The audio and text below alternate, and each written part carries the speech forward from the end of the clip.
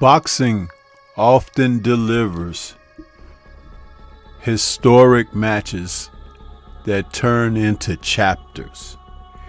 Chapters are usually when a fight takes place between combatants and they face each other more than one time.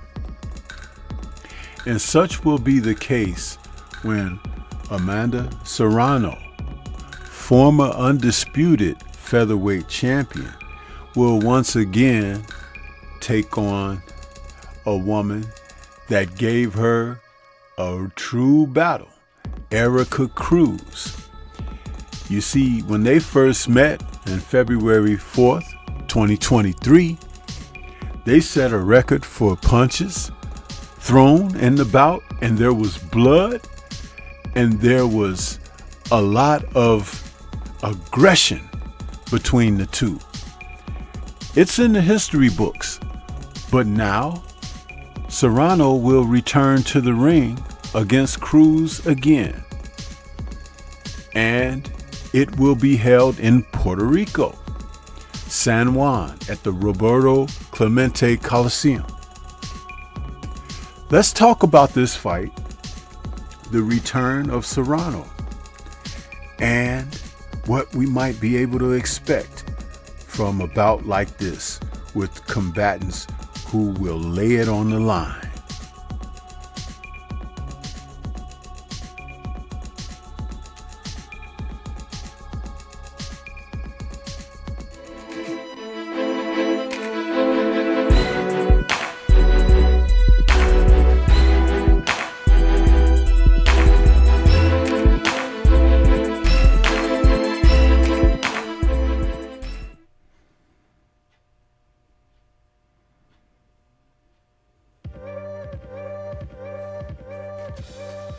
The battle is scheduled for January 3rd.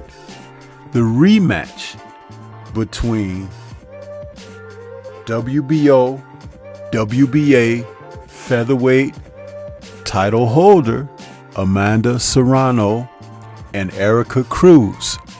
They once fought back in 2023 when Serrano was undisputed.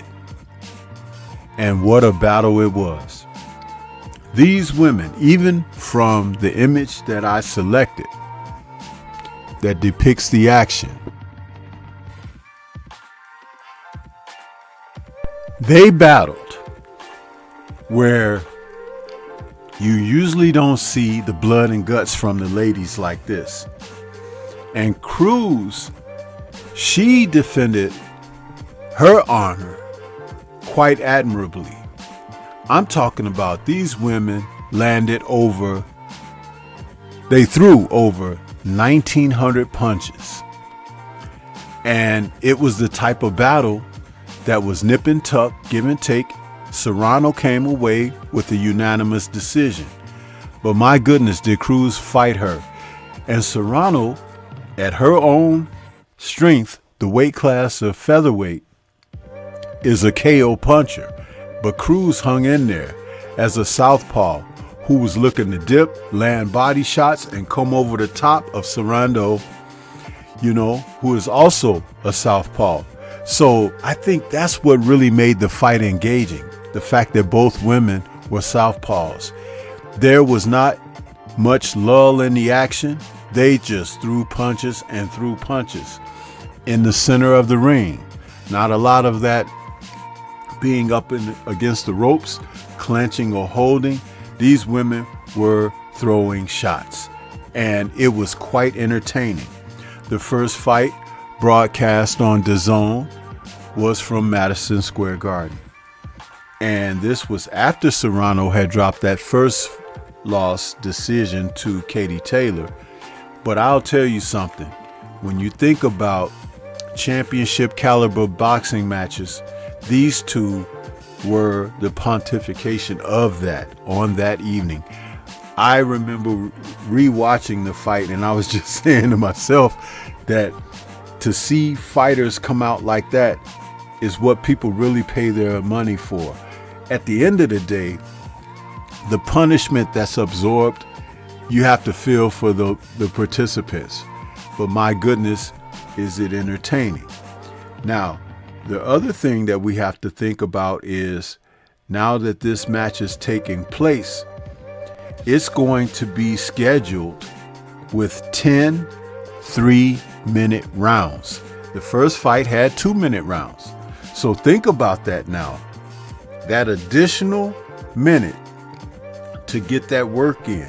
We do know that Serrano has always been in fights where she's knocked out opponents, and in the later portion of her career, that 2-minute was working against her, where, especially against Taylor, where she would have an advantage, and next thing you know, the bell is ringing to stop the action.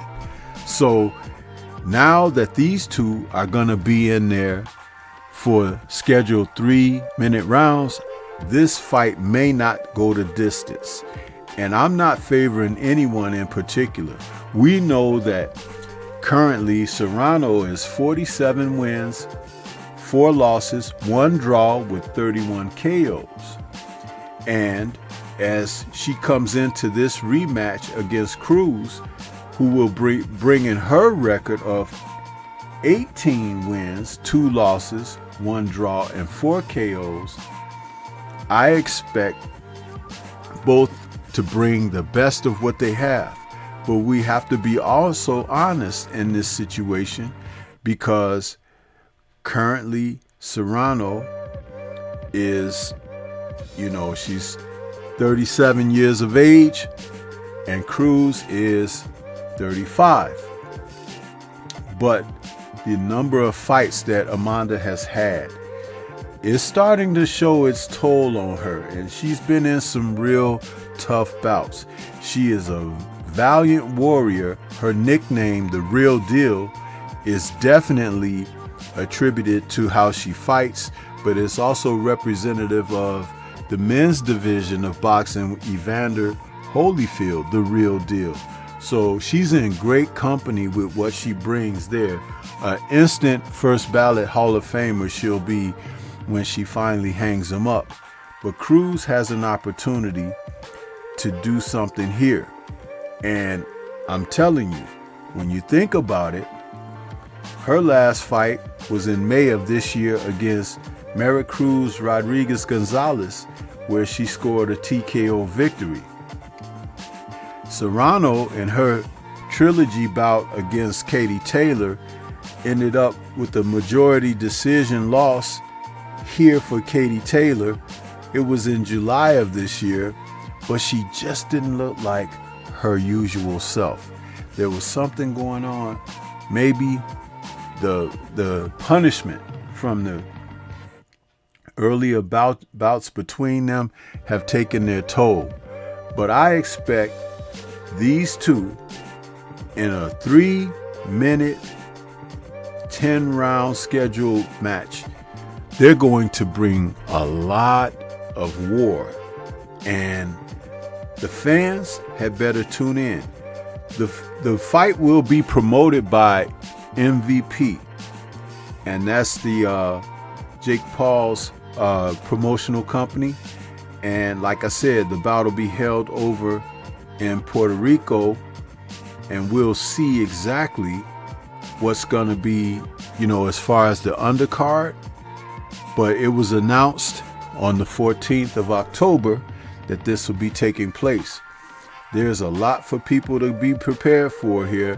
2026 will start out tremendous with action like this. I mean, what can you say about fighters who bring it like these two? But what do you think? This is Stormy B-Man. Shout out to the mighty LDBC and Liberated Perspective, a third eye view of the world. For more content such as this, please like, comment, subscribe, and share. Let me know who you got in this, and do you think that this will be the swan song for Serrano?